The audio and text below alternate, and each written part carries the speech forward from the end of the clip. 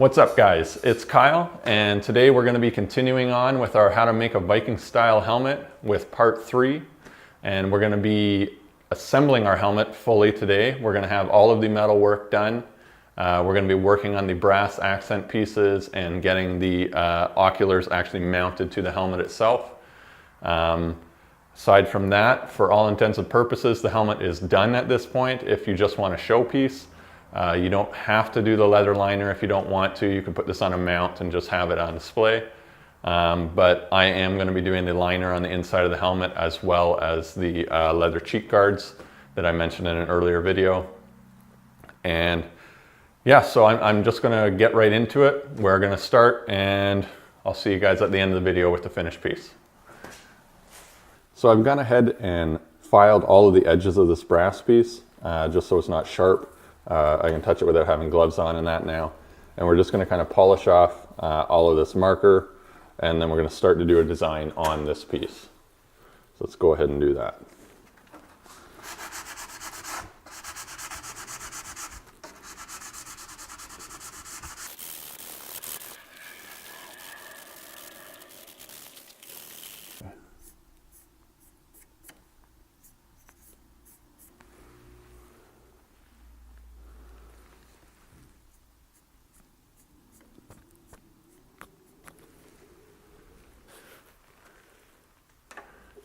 Now we'll just use this little file. I'm just going to lightly grind the areas very, very slowly and precisely, just so that the lines are nice and clean whenever I'm done.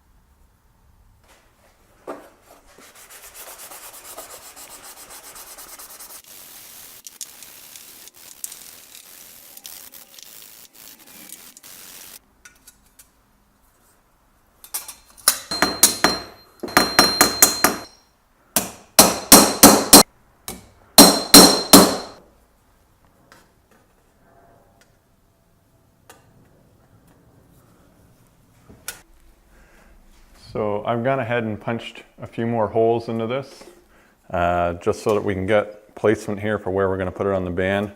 I've had to move it a little bit lower down than what I initially anticipated, just to make sure that my head fits inside of it, and it's not touching the top of the helmet.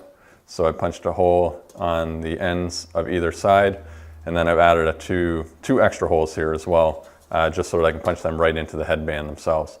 So I'm going to go ahead and mark where the eyes go. I'll cut that out and then start to rivet things in place.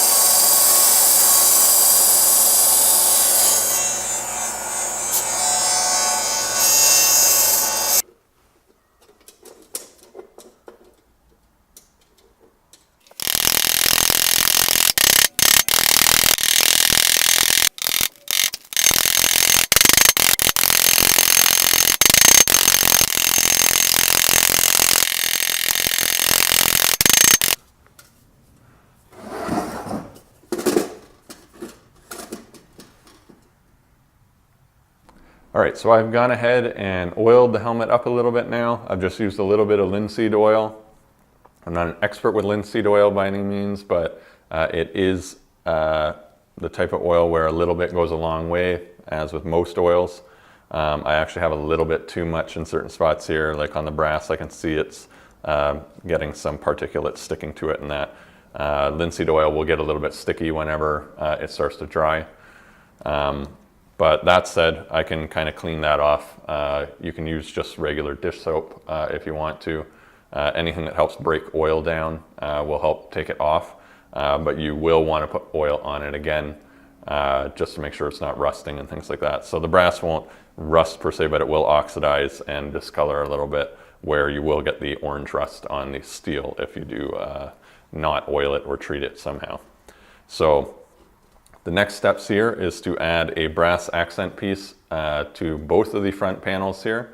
I've actually gone ahead and drawn a dragon band kind of design here. So again, influenced by the Viking culture, not exactly accurate to anything that was actually created back then, but similar in respects, but maybe with a little bit of my own design flair with it as well. So I'm going to create two of these. We're probably going to have to trim them a little bit down because they're slightly long based on this. I just freehanded this design as it is. But I'm going to mirror this design on the other side so that the dragon's facing the other way. And then I'm probably just going to, on the back of this, do two plain bands without the dragon in it as well, just to kind of finish off the helmet. So that said, why don't we just get going on it? I'm going to start to cut this out, and I'll show you how we put it on there. All right, so before I do any cutting, I do want to just show you guys a little hack that I've done here. Because I do have a small shop, I don't have a lot of room to be putting a lot of tools all around, all over the place. My bench is really only 5 or 6 feet wide by about 2 feet deep. So what I want to be doing is having a way of moving tools in and out quickly, where I'm not wasting a lot of time setting things up. So this is just my Beverly shear right here. And as you can see, I have a hole in my bench right here where I can actually mount the base of the shear to the bench itself just by using a bolt and nut combination. I have a washer on here as well, just to make sure I'm not scratching up the shear's paint job. But all I have to do is just shift that to here, get the bolt lined up, and just get that put through. And then sometimes I don't even put it all the way through. It's already a pretty tight fit as it is, but I can bolt it to the bottom if I need to. But this just gives me enough flexibility here to be moving tools in and out as I see fit. My drill press can be mounted the same way. My rotary shear, again, same way as well. So this is just a quick little hack to show you guys that. And now I'm going to get back to actually cutting the brass.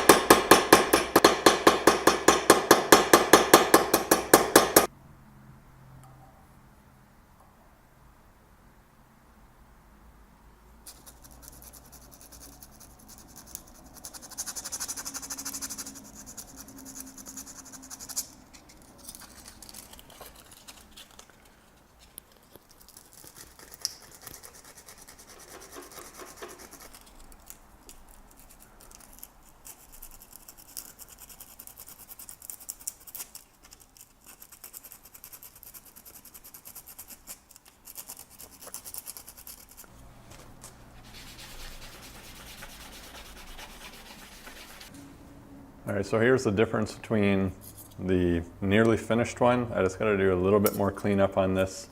The lines aren't quite as sharp as I'd like them to be, but given the tools that I just have like simple little chisels and a couple little like dapping tools here.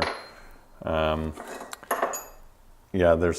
I can't refine it as well as I'd like to, but it's looking pretty good overall.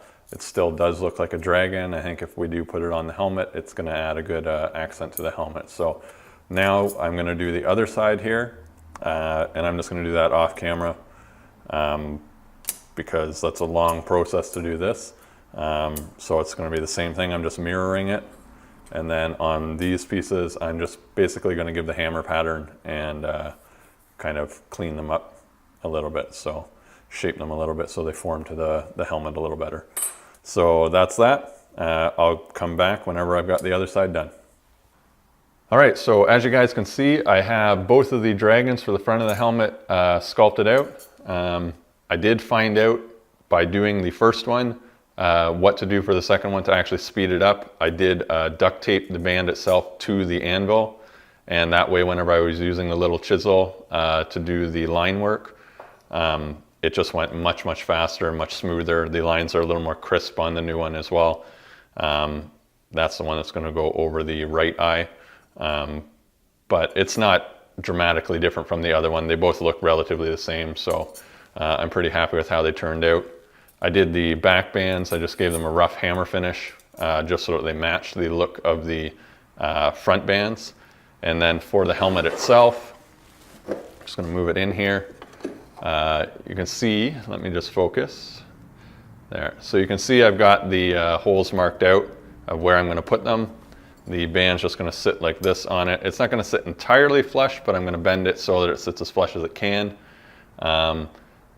This is not a structural piece, so we don't really have to worry about that. It's 100% a decorative piece, so there's not really a point in it being perfectly flush. That's a lot of extra work that we just don't need to do.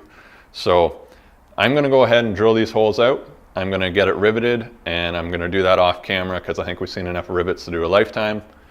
And then I'll wrap it up at the end of the video and I'll show you the whole thing put together.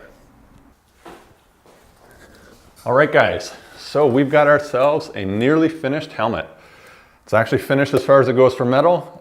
We've just got a leather band that we're going to wrap around here, kind of sew the cheek guards and the liner to. But we do have all of the brass accents done. We've got the brass on the back as well. One of these isn't quite sitting flush. I might fix that later, but we make mistakes and we learn from them. And the front of this is looking really good too. This is nice and finished now. So it's going to sit on the head like this. And you've got about a 2-inch clearance, about an 1.5 inch, 2-inch clearance on the inside of the helmet from it sitting right on my head. So I'm actually just holding it up a little bit. As you can see, it's actually covering most of my face as it is. A little bit of beard poking out at the bottom there, but I'm going to be building the leather cheek guards to go on the side of the face here so that covers some up here. So that said, I'm pretty happy with how this is looking. So, all right, well, that's it for the video, guys. If you liked it, as always, like and subscribe. I'm going to be finishing this project up pretty soon, so then I'll be moving on to a couple other things. I got another couple ideas in mind already, so hang in there. I will see you guys soon, and have a good one.